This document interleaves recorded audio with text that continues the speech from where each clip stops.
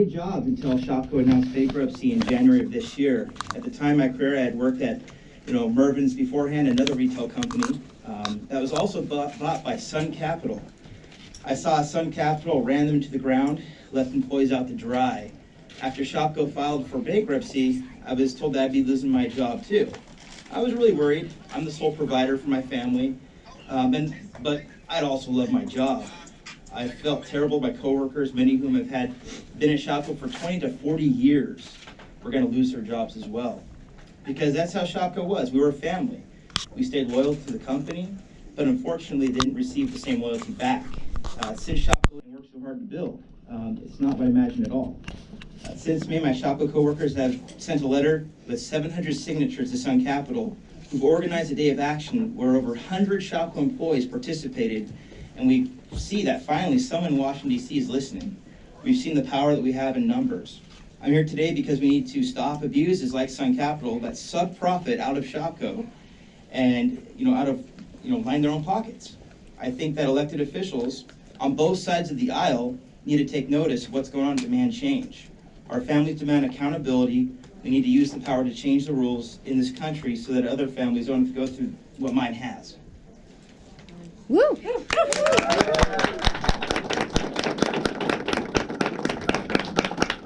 Senator Warren.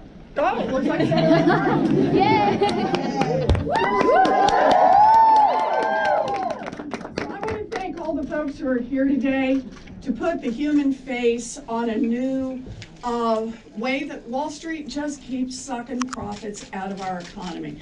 Look, there is a part of Wall Street that has figured out that they can make millions of dollars, billions of dollars by going into businesses that are already established, that are up and running, suck all the value out of them, sell the pieces off for parts, leave the employees behind, leave the pensioners behind, leave the communities behind, line their own pockets, and roll on out of town and go to the next business and the next business and the next business.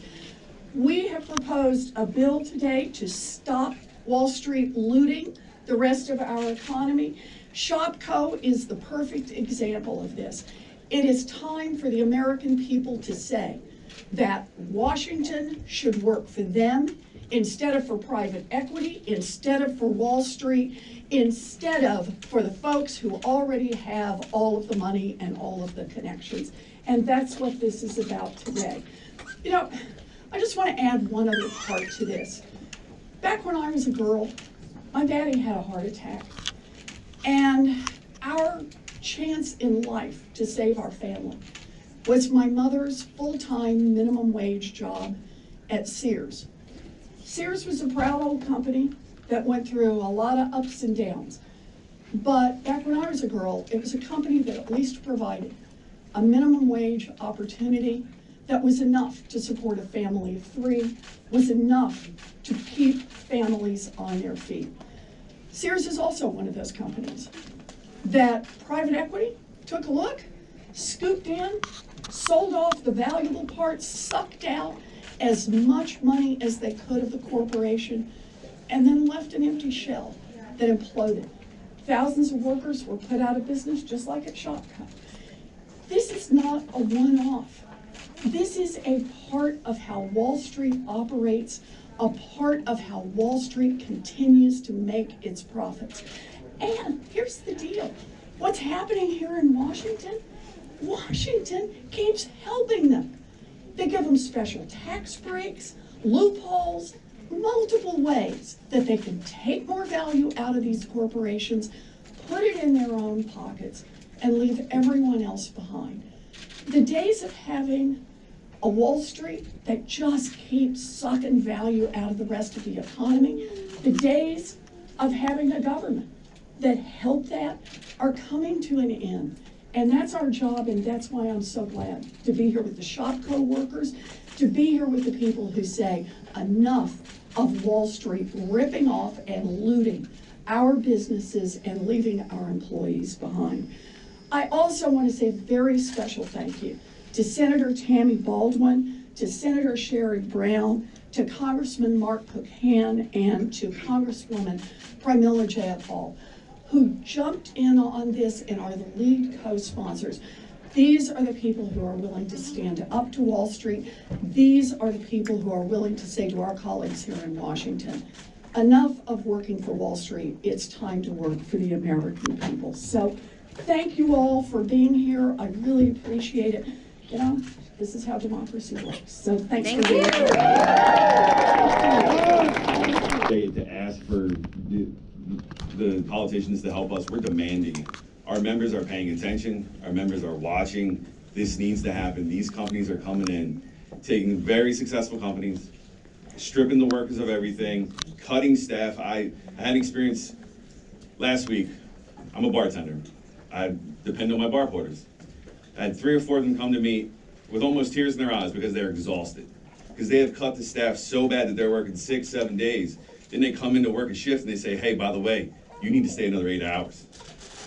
They're absolutely exhausted to the point where they have to get FMLA because their bodies are breaking down. You can't do that 6 or 7 days a week for 6 months at a time. It's not physically possible, but that's what these companies are doing. They don't care. All they care about is the money they can send back to Wall Street.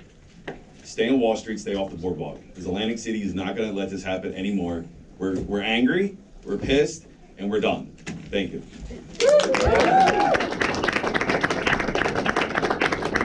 Next, we're going to hear from Brenda Uritia, who worked for 21 years at Sears in El Centro. Buenos días a todos. Mi nombre es Brenda Urrutia y yo trabajé para Sears 21 años en el centro, California. Yo soy una emigrante y madre soltera. Y yo crié a mis 2 hijos y compré una casa con mi salario de Sears.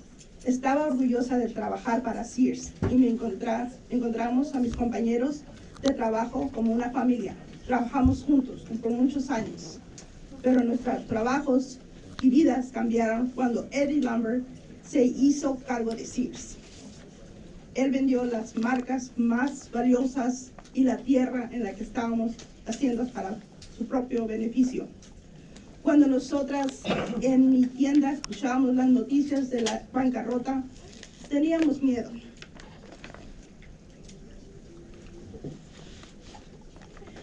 Mucho miedo.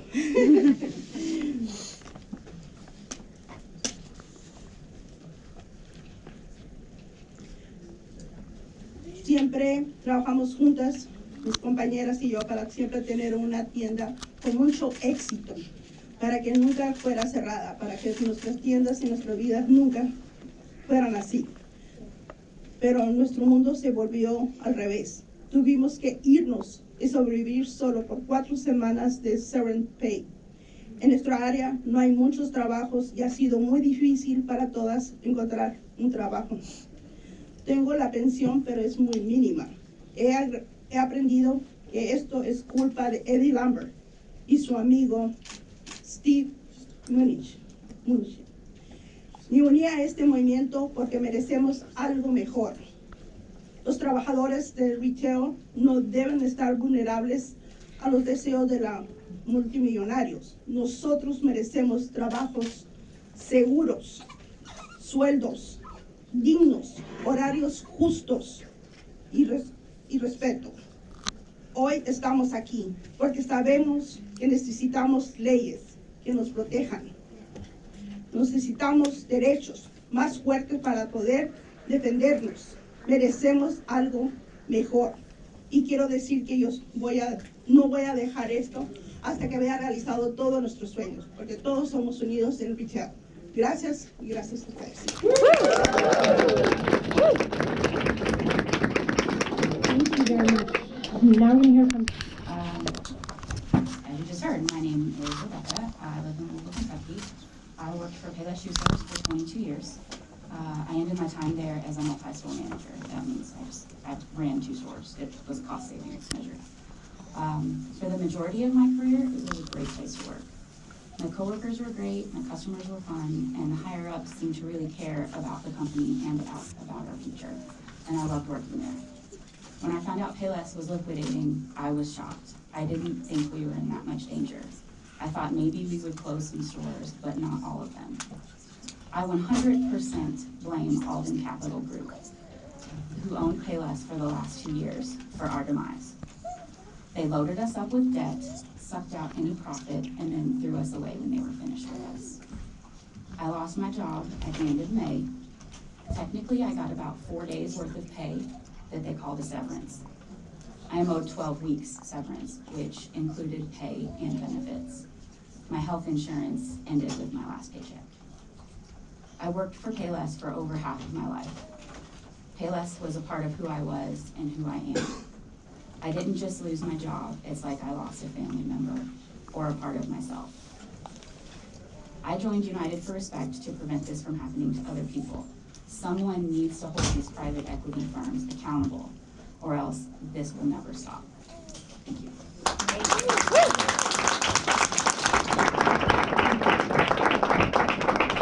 So, it'd be great to hear from Adriana Perea, who worked, no, I'm sorry, not Debbie Mizzen, I'm sorry.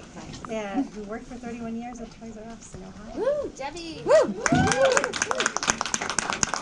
Hi, my name is Deb Meisen. I'm a mom, I'm a Graham, and I'm a Gigi. And I worked for the Toys R Us company for 31 years. I started as an hourly associate and worked my way up to the assistant manager position in my store. Our company was bought out by hedge funds and private equity firms. I lost my job last June of 2018.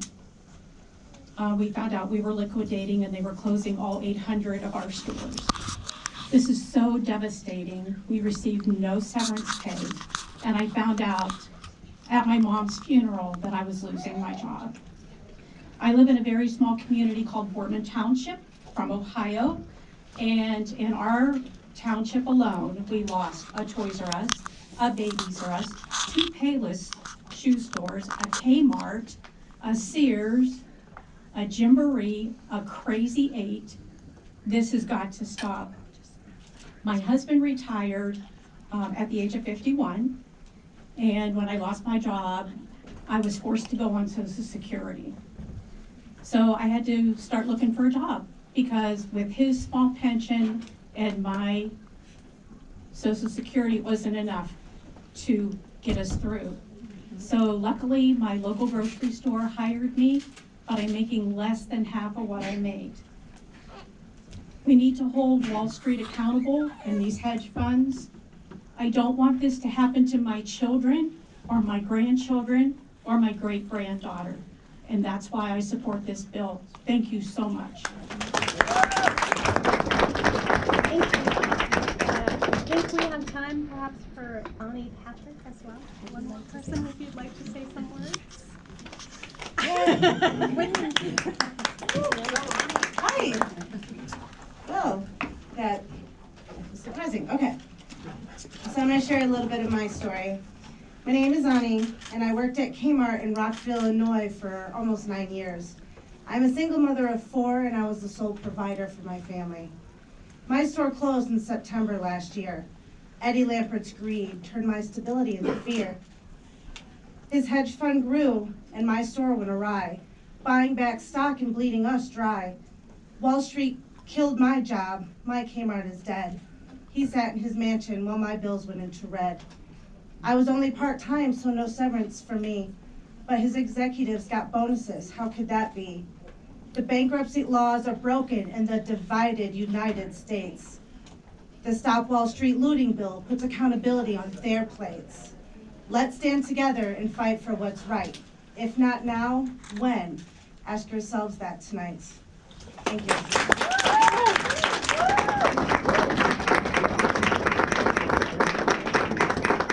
Thank you so much, and thank you enormously to everyone who spoke and who's here today. I think Senator Baldwin is right outside, and we'll kick things off in just a moment.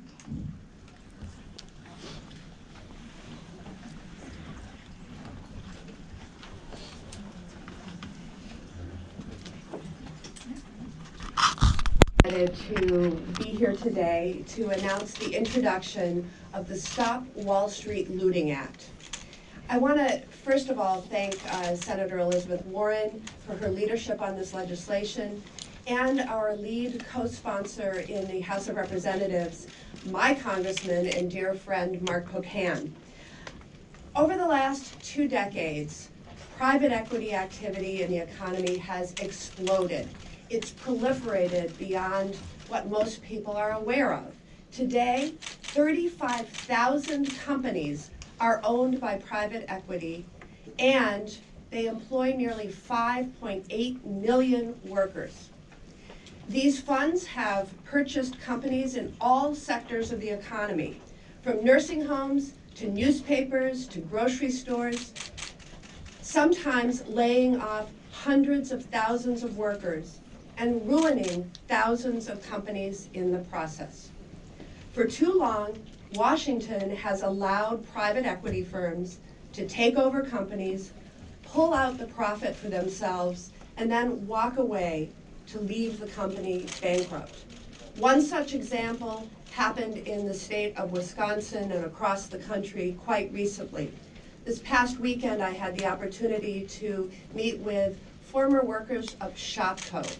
Shopko is a Wisconsin-based company that was bought over by Sun Capital. The first thing in the predatory playbook is sucking the value out of the company. What did they do first? They sold all the land and all the buildings that Shopko owned, and then leased them back. Those profits were not reinvested in Shopko. They inured to the benefit of investors and executives. The meeting that I had this past weekend was in Green Bay. I met with former Shopko employees, some of whom had worked for the company for decades. I spoke with Sue Reich and Lloyd Clarkston. Sue worked for Shopko for 27 years.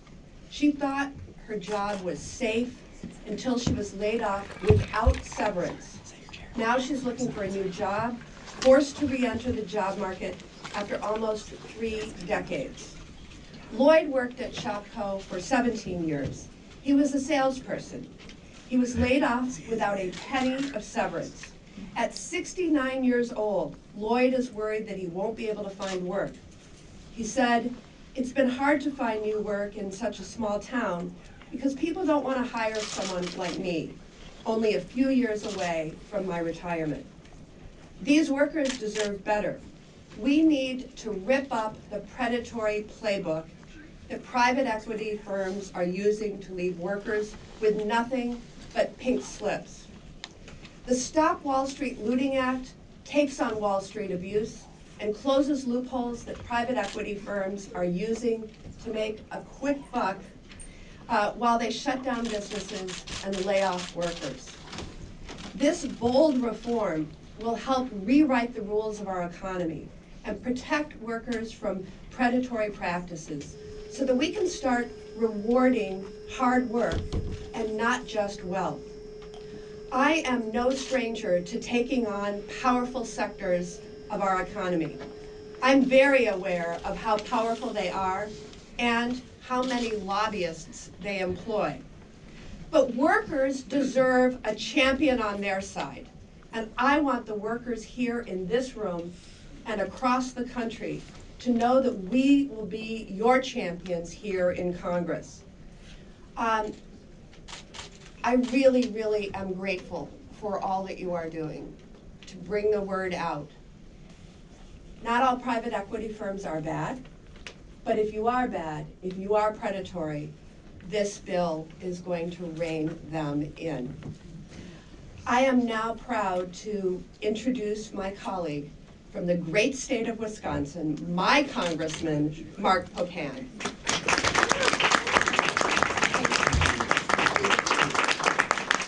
Actually, we're going to do a quick substitute.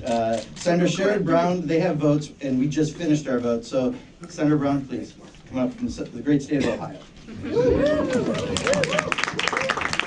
Mark, thank you. Will Cotta from the House is always fighting for workers, for the dignity of work and honoring and respecting work. Thank you. And Mark, your leadership for a long, long time, and Tammy We're is, kinda, Tammy's one of the best people in the United States Senate. And I love your United for Respect t-shirts, so.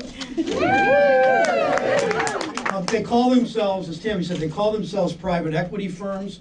Really, these guys are just more Wall Street leeches, stripping value from the real economy to make a quick buck for themselves. They don't honor work, they don't respect work, they don't respect workers, they don't care about the dignity of work, they care about making a quick buck, which they're really good at doing. They come in and they buy up real companies, they saddle the business with debt, they pay themselves first, then they strip them for their parts, firing workers, cutting their retirement security, robbing them essentially, taking away their health care, closing stores, closing businesses, and they pocket what's left over.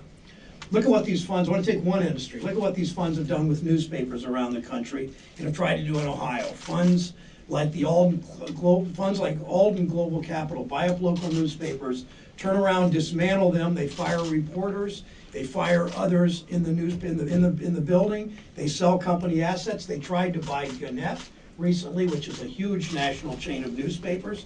They own the Cincinnati Enquirer and about 10 other papers in my state, with one of the largest networks of papers in the country. Or look at Sears and Kmart.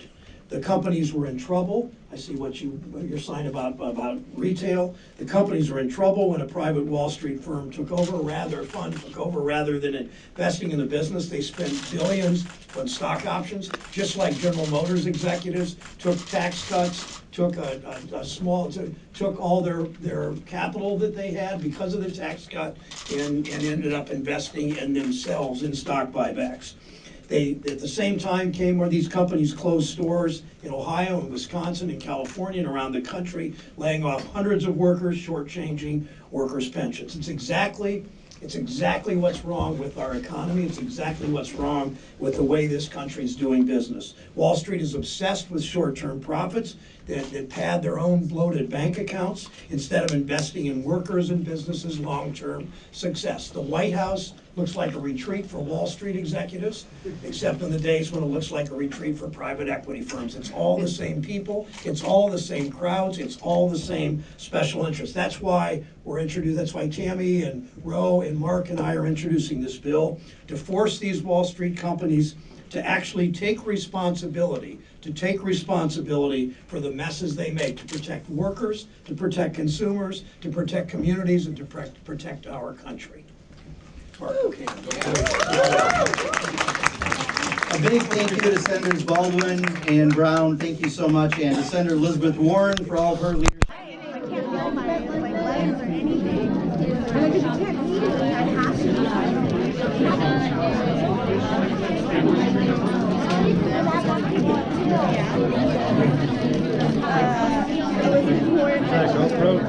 Sleeping.